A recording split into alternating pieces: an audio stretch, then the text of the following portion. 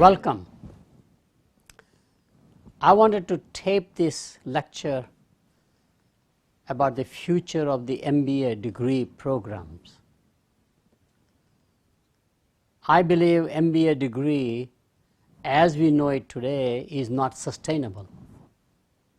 Like many good products, it may have probably run out of its course unless somebody redesigns the programs, certification or accreditation is changed, and the financials are made much more attractive. I will suggest several what I call breakout strategies, non-traditional strategies to create growth in the future for the MBA program. So let me start by first giving the history of the spectacular growth of the MBA program.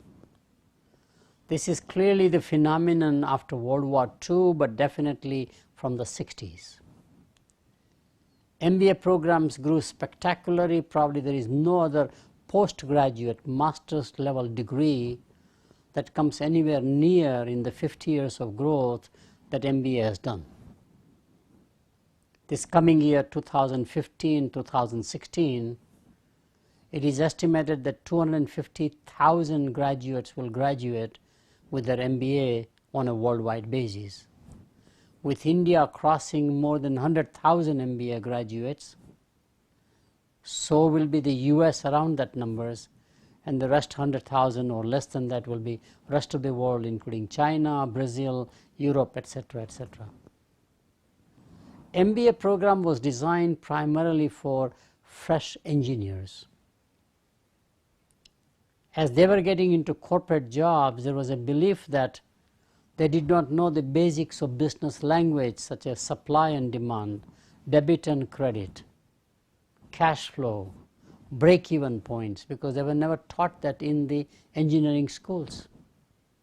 Therefore, several commissions and public policy, accreditation agencies all agreed that a straight engineer should not join the company but put 2 years into an MBA program, which is why today's MBA program looks just like 50-60 years ago. First year is just core.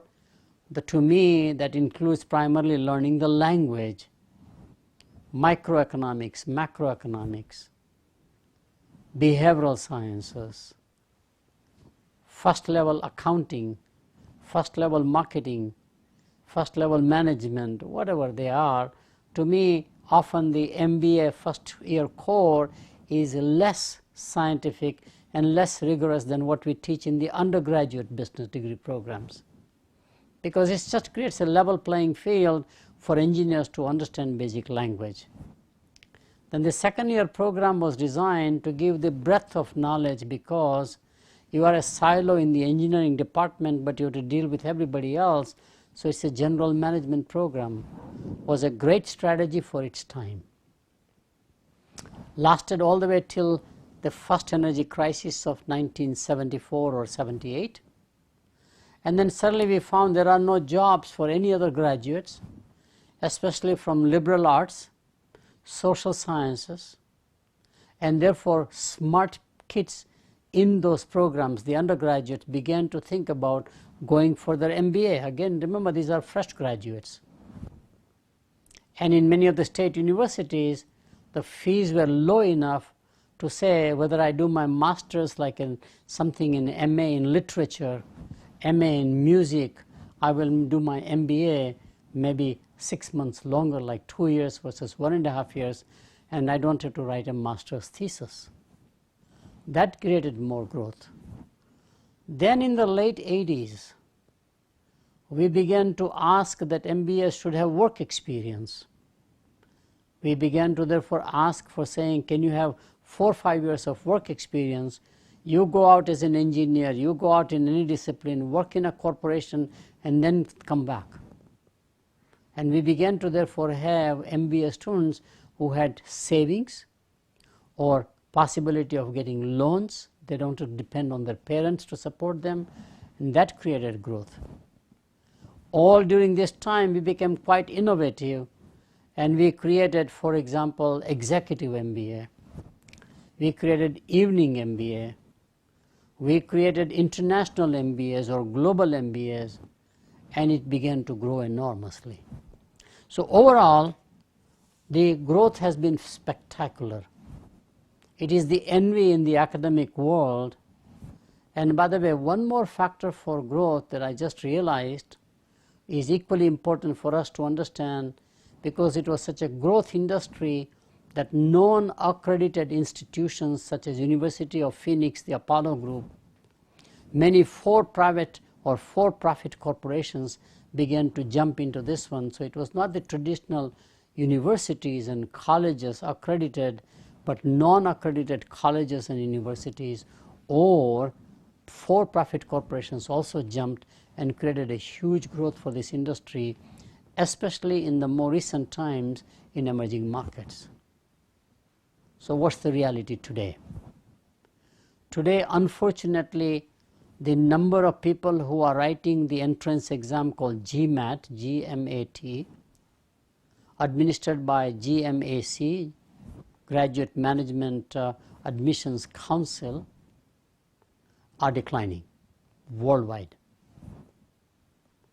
The number of applications, consequently, to the MBA programs are also declining. Many of the not so reputed colleges and universities, their MBA programs are suffering from enrollments.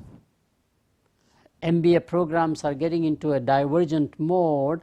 Either you have a large scale of 1,000 MBAs admitted every year, or you become a very small, niche, highly differentiated thing where you offer MBA for one specialized skill set, such as University of Rochester deciding many years ago all their majors will be primarily finance, for example, or whatever it turns out to be. So it began to go into two extremes where you downsize the MBA program, do not offer fellowships or anything, or you become a volume-driven player. It is like my theory of the rule of three, where you have few volume-driven players and then you have lots of niche companies. Rest of them who are in the middle, who neither have the scale advantage nor a differential advantage, are collapsing right now. I think that's a very key trend that we need to watch. Other thing that is very fascinating is that 2007 and 2008 economic recession took an enormous toll on the average family. Lifelong savings in 401k plans that experienced student has from the IT industry, from any other industry, engineering, coming to do his MBA, there is no savings anymore. The loans have become more expensive. The student loans, for example, which has already crossed 1 trillion. Affordability is now questioned whether MBA is worth 2 years of time and the fees that we charge. And the most important part is that I just realized that MBA is not anybody's proprietary brand name. MBA is just like Yellow Pages. Anybody can claim for that one. I know some large corporations offer their own MBA. They design their own curriculum. They have their own faculty, which are usually managers, with some visiting faculty, and they offer an internal MBA. Very interesting. So I can offer MBA label to anybody that I want to. I don't have to have an accreditation, so it is like Yellow Pages. Why has MBA become such a problem? First, there is a huge oversupply. The capacity expanded is mind-boggling, especially in countries like India and China. In India, there are more than 4,000 management institutes. Most of them have no scale. Few are making quite okay, rest of them are all struggling. There has to be an inevitable shutdown, shakeout, mergers, whatever one can do. So oversupply capacity has been a key factor to our having issues with profitability as well as the growth of the MBA program. Second one, as I mentioned, is affordability. The price for the MBA has become outrageously expensive. At private universities, it is going to be at least $100,000 of investment just for the fees. Then you talk about the living cost, and if you add the opportunity loss of not working for 2 years, it is a massive commitment, almost bordering I would say, medical degree. Very expensive. And you don't see the return, because with that kind of an investment, the student would like to have a higher salary compared to what he or she was earning before giving up the job and coming back to do full-time MBA. Companies are not willing to pay such high price for a fresh MBA. The gap between the MBA salary and BBA salary and the MBA salary is just widening enormously. And unfortunately, 75% of all MBAs now go to either strategy consulting, consulting in general, or to investment banking, where they can afford that money because an MBA student there is a revenue generator, whereas in many other cases he may be just an internal cost center, like person in charge of strategy, etc., managing a department which is basically budget and cost. So as a revenue generator, he is or she is commanding wages from consulting services, which affords his outrageous pay. I also believe that we have very high-priced faculty. Unlike engineering, sciences, medical sciences, where you mandate the faculty to raise their own funds for the research, business schools are unique in terms of having faculty research paid by the School of Business by giving them the time off as well as giving them the funding. So faculty are a huge cost center. Today it is not uncommon at research-driven top universities or colleges of business to have a young faculty with very outrageous beginning salaries, only teaching 3 sections of a class in 1 semester, and that's the whole teaching load. Rest of the 8-9 months they are doing nothing except research, which is a cost center, rather than asking for funding from the government or from corporations, which is done in every other discipline. Dairy sciences, agricultural sciences, all get corporate grants, and they're all publishable materials. Somehow the business faculty hasn't come to realize that they need to be also having self-funded research. And the university actually should be earning things out of that one as overheads or indirect costs. It's not a sustainable model financially.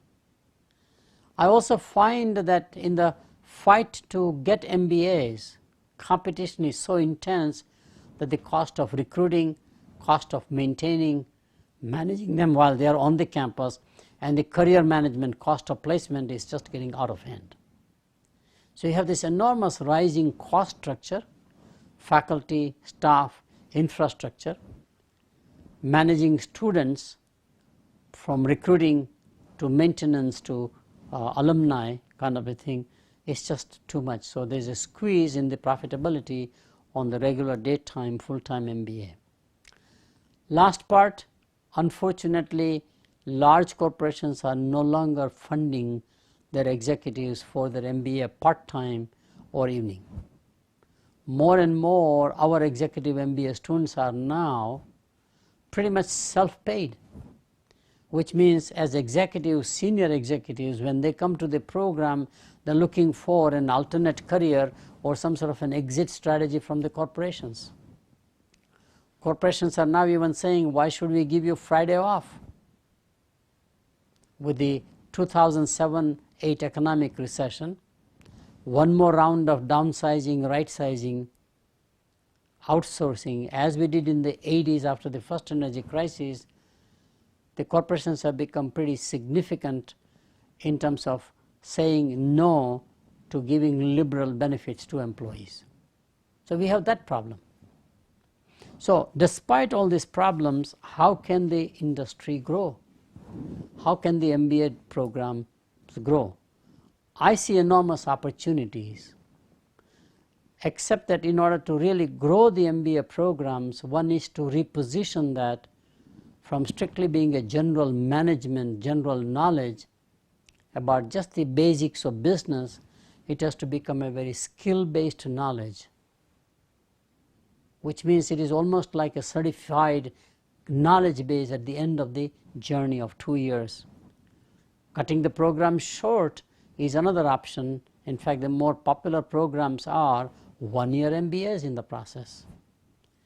A second dimensional shift is that we primarily teach cognitively in the classroom with interaction. I understand that, but it is not immersing into the real world. So my view is that we have to have more and more experiential learning, and in the process, surprisingly, there is nothing wrong. What is true for 2-year associate vocational technical degrees must become now respected things in the MBA programs. Future MBA programs must be hands-on, skills-oriented, where you are doing things in the real world rather than learning just frameworks, theories, concepts, and formulas. If we do that right, one of the first major opportunities, and probably the biggest opportunity 4+1, a traditional BBA undergraduate, 1 more year only, and finishing the MBA, so you have a BBA MBA 5-year program. The advantage of this program is that in the second year of the undergraduate, second summer, he or she can be already in internship program, and he or she will have 3 internship opportunities. It is very possible that the MBA is like the MS degree in engineering at MIT with a thesis, is pretty much actually on the job, doing something in the company's marketing department, operations department, R&D department, which is interesting. And the supervisor does not have to be the professor, could be one of the corporate PhDs, one of the corporate scientists, for example, one of the corporate experienced managers, which is a very different way of thinking. So this BBA, MBA, I'm very passionate about. The BBA pool is large and growing. The demand for undergraduate business major as the world shifts from humanities and liberal arts is very large. You can pick and choose even good students from your own campus to make a viable MBA. Or you can attract them from others, which says last 2 years of the undergraduate program is transferable. There are so many ways one can architect this thing. I just wanted to plant the idea rather than design the program right now. Second major opportunity is what I call functional MBA. Remember, MBA became a terminal degree for business postgraduate, replacing traditional MS degrees. MS degrees, or graduate education, was designed primarily to see you would be interested in becoming a PhD, a scholar, as it is true in humanities, social sciences, and in some natural sciences. Here, MBA became a terminal degree. As a terminal degree, can we make it more functional? In other words, there is an MBA in marketing, there is an MBA in brand management, there is an MBA in finance, which is almost there is an MBA in supply chain. More functional specialization MBAs have an enormous potential, because after an MBA you don't become a VP of something, please. You do start at a relatively junior level and work your way up in some fashion.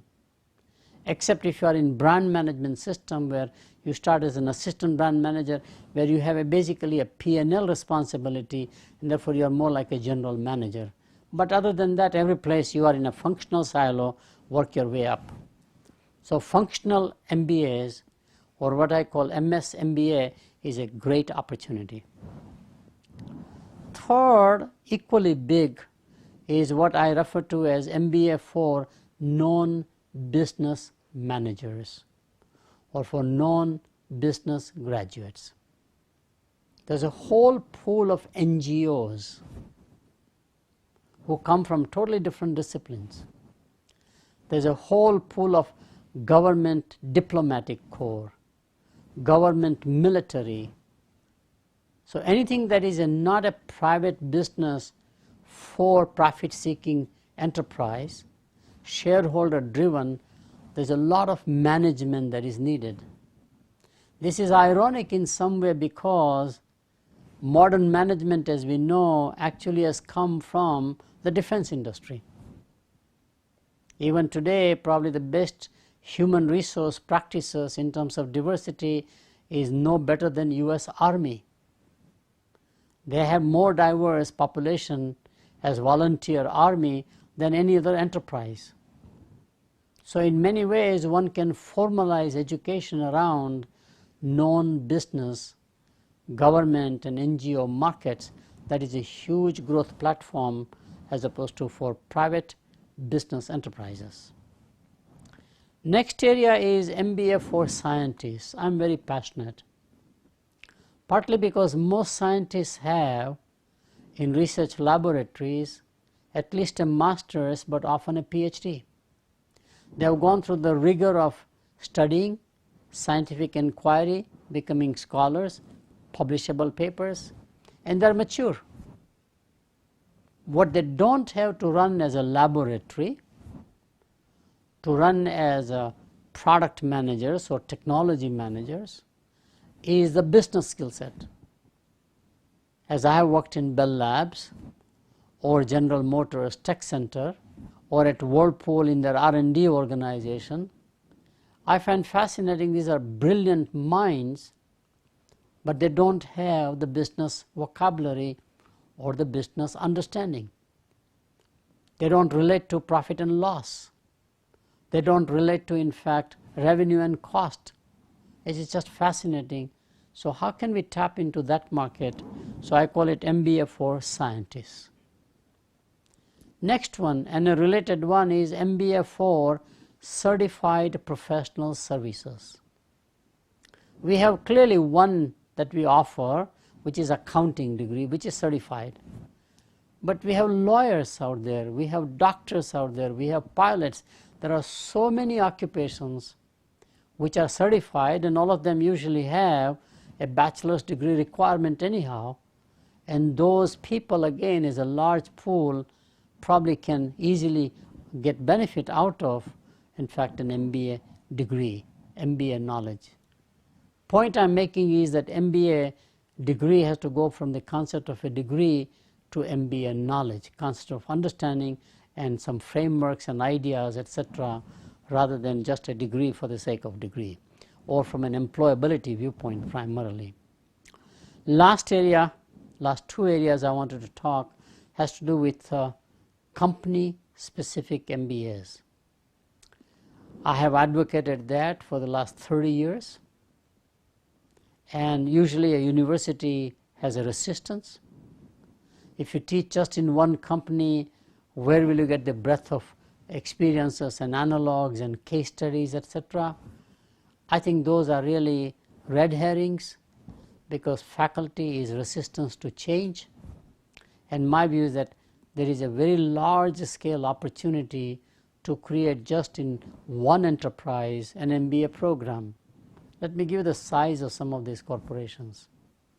You take UPS in logistics, maybe 200,000 employees. You take IBM, 250,000 employees.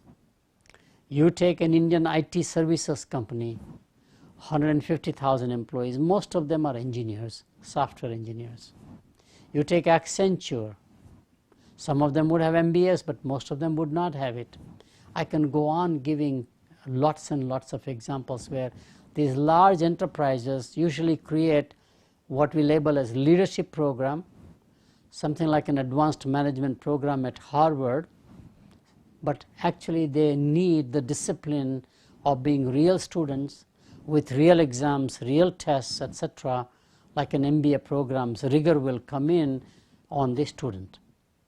And more chief learning officers of these corporations are saying that the talent that we have, we need to retain and nurture that and move them to a higher level. Last recommendation. is clearly online MBA to make it more affordable, because online MBA is a win-win situation in the sense that I have a fixed cost of creating the courses, but once I create them, my marginal cost of administering the courses is very low.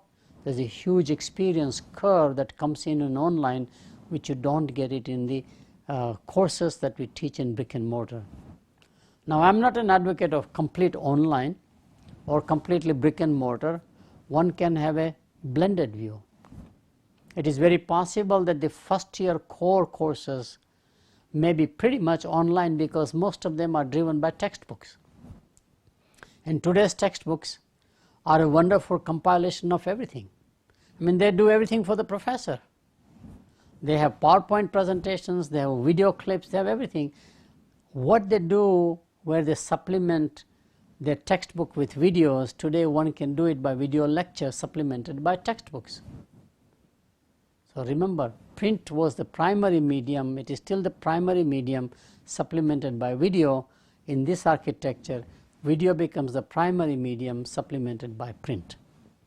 There's a lots of ways of creating this hybrid model between online and offline, and also pure online. So I believe that with so many possibilities, MBA degrees can grow enormously, and if a given college or a university or a school of business is not able to succeed, it is because they are either unwilling or unable to change. In my book that I wrote, Self-Destructive Habits of Good Companies, I found again and again the real reason why good companies fail is because they are either unwilling or unable to change. So inability comes from rules and regulations, accreditation processes, and willingness comes from primarily culture issues. So if leadership can manage those changes properly, MBA degree will have a revitalization and a huge success.